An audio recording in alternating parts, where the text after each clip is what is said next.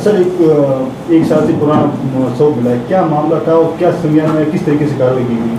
मतलब मुकदमा number 160/2023 police थाना सदर का प्रकरण था, जिसमें खरता राम का था परिवार में मुकदमा दर्ज कराया था पहले कि भाई 1 साल से इसमें पुलिस द्वारा कोई कार्रवाई नहीं की जा रही है। और चुनाव से पूर्व भी जब चुनाव शुरू हुए थे तो परिवार धरने पे बैठा था कि साहब हमारे प्रकरण नहीं हो, हम चुनाव का बहिष्कार करेंगे। ये बात मेरे संज्ञान में जब आई थी और मैं आया ज्वाइन किया जब भी, तो मैंने मौका देखा और विशेष टीम गठित की। प्रकरण ये घटना पूरी 2, 3, 4 मई 2023 की घटना थी। खरता राम तो जो इसकी पत्नी थी, जो इनके आपस में आटा साटे का था, तो पत्नी पहले घर पे नहीं आ रही थी तो परिवार वालों को कहा कि भैया अलग रहेगा तो मैं आएंगे। तो उसकी पत्नी थी जो 2 मई 2023 को आई, 2 और 3 तारीख को रही और 4 की रात्रि को ये घटना घटित कर दी गई। उसके बाद परिवार वालों ने पहले उसमें गुमशुदगी दर्ज हुई 11 नंबर हुई और उसके बाद प्रकरण दर्ज हुआ 12/5/2023 को 160/2023 365 323 में। और पुलिस द्वारा पहले प्रयास किया जा रहा, अलग अलग वो था कि परिवार वाले पहले शुरू में ये दे रहे थे कि साहब उसकी हत्या हुई है, क्योंकि उसकी पत्नी द्वारा उस जो निवास है वहाँ कुहाड़ी से वार के थे और पैदल पैदल जहाँ जाने थे वहाँ भी खून के निशान थे। और पुलिस उसमें प्रयास कर रही थी, अलग अलग एंगल में थे, पुलिस का भी अलग एंगल था साहब ये पहले भी गायब हो सकता है और ये गायब भी हो गया और ये भी था। और इसके FSL भी जांच करवाई टीम। फिर दोबारा जब परिवार मिले, जब हमने एक विशेष टीम गठित की और ये लग गया कि भाई ये घटना अवश्य कारित की गई है, खरता राम अगर वो होता तो मिलता।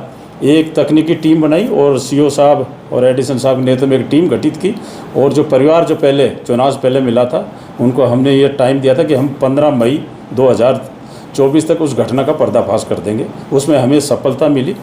जो खरता राम की पत्नी थी उसके साथ का ही जो पढ़ने के टाइम के एक लड़का दिनेश कंगाव का था, दिनेश, तो वो जो घटना 3 मई को 2023 को भी परिवार में जैसे कोई वहाँ एक जागरण था वहाँ भी आया हुआ था और वो संदिग्ध लग रहा था पुलिस का। फिर तकनीकी टीम से लिया, काफ़ी प्रयास किया, क्योंकि साल भर टाइम मिल गया तो अलग अलग बहाने बना के साक्ष्य आ रहे थे, क्योंकि खरता राम की बॉडी उस समय तक मिली नहीं थी। फिर ये चीज़ पूरी तरह पुलिस से सिद्ध हो गया कि भाई इनके द्वारा ये घटना वारित की है, तो इन्होंने उसको गिरफ्तार किया। और इसकी इतला से खरता राम की जो इस कगाव जो है उसका गांव, वहाँ से इसकी बॉडी बरामद की और मेडिकल टीम द्वारा इसका पोस्टमार्टम कराया जा रहा है। इसमें जो और इसकी पत्नी है, अभी हमने दिनेश को गिरफ्तार किया है, उसकी पत्नी और जो मोटरसाइकिल में जो इसको साथ ले जाने उनको भी तुरंत ही गिरफ्तार किया जाएगा। और प्रकरण में पुलिस की टीम ने एक अच्छा सहयोग करके 1 साल बाद इसका हत्या का पर्दाफाश किया। सर, हत्या करने के पीछे क्या वजह रही? हत्या के पीछे जो इसकी पत्नी है मेन, स्कूल के समय थे उसके संबंध, ये कहो जो इलीगल टाइप के संबंध के तथ्य आए, परिवार द्वारा भी ये कहा गया था। एक दूसरे पर और भी आरोप लगे थे, भाई ये आदमी हो सकता है, ये है, और वो रहना नहीं चाहती। 3 दिन ही रही है, 3 दिन में घटना कारित करके वो अपने दूसरे दिन जैसे अपने घर परिवार के पास है। सर, इतना बड़ा मामला हो गया, जब नामजद आरोपियों के खिलाफ मामला परिजनों ने दर्ज कराया, उसके बावजूद भी पुलिस का मैं ये सत्य बिल्कुल सही स्वीकार करूंगा, उसमें पूर्व में जो आईओ थे उनकी ज़रूर कमी रही होगी। उनका एक एंगल ये हो गया कि साहब ये जैसे ही खून वहाँ तक रोड तक गया तो ये खरता राम कहीं ना कहीं चला गया है। पहले भी इस तरह की हुई होगी कि 5-6 महीने बाद आया, वो एंगल से पुलिस ने वो किया। स्ट्रिक्ट थोड़ी कोई कमी रही उसमें। दूसरे एंगल ने सर पूरे एक आरोप लगाए थे कि भाई ये इस तरीके की घर से सेंट गायब है, इस तरीके बूट गायब है, वो बूट पहन के गया, संपल है, वो 1 साल बाद आप एविडेंस पे लिए, आपको पता होगा। हाँ, ये बिल्कुल सही है। परिवार ने जो लगा बिल्कुल तथ्य था, वो पैदल आया। उसके बाद जो ये दिनेश है जो मृतक के ही जूते पहन के वो चल गया, तो वो उस एंगल में राकेश साहब भी जूते पहन के गया है। उसमें भटकाने का काम, मतलब जो मुलजी में बड़े शातिर प्रवृत्ति के आदमी हैं, जो पूरा भटकाने का काम किया उन्होंने। जो जांच में जो पुलिसकर्मी रहे हैं उनके खिलाफ कोई एक्शन होगा? पुलिस में भी इसकी जांच कराएंगे, जिन्होंने भी लापरवाही बरती है इसकी अलग से जांच कराएंगे, उनके खिलाफ कार्रवाई की जाए। अब तक की कार्रवाई में कितनी मुलजिम बन रहे हैं, कितने सामने हैं? अभी तक की जो तफ्तीश मोटा आ रहा है, एक इसकी पत्नी और एक जो मोटरसाइकिल पर ले जाने व्यक्ति है, वो 3 व्यक्ति का अभी तक। सर, जांच में क्या बात सामने, उन लोगों ने हत्या किससे की है, कैसे हत्या का मेन जैसे इसकी पत्नी और खरता राम की आपस में ये कोई अपने जो चारा काट के आया, वो उसके बाद नया खाना खाया। तो इसी बात में जो पहले जागरण की बात में लेके एक रात को जागरण पे कई पड़ोस में गई थी, उसमें आपस में इनकी कहासुनी हुई दोनों की। तो कहासुनी होकर दोनों भाई ये आप क्यों गए वहाँ गए, तो इस कहासुनी के चक्कर में और चरित्र के ऊपर शक के ऊपर में इनकी कहासुनी हुई।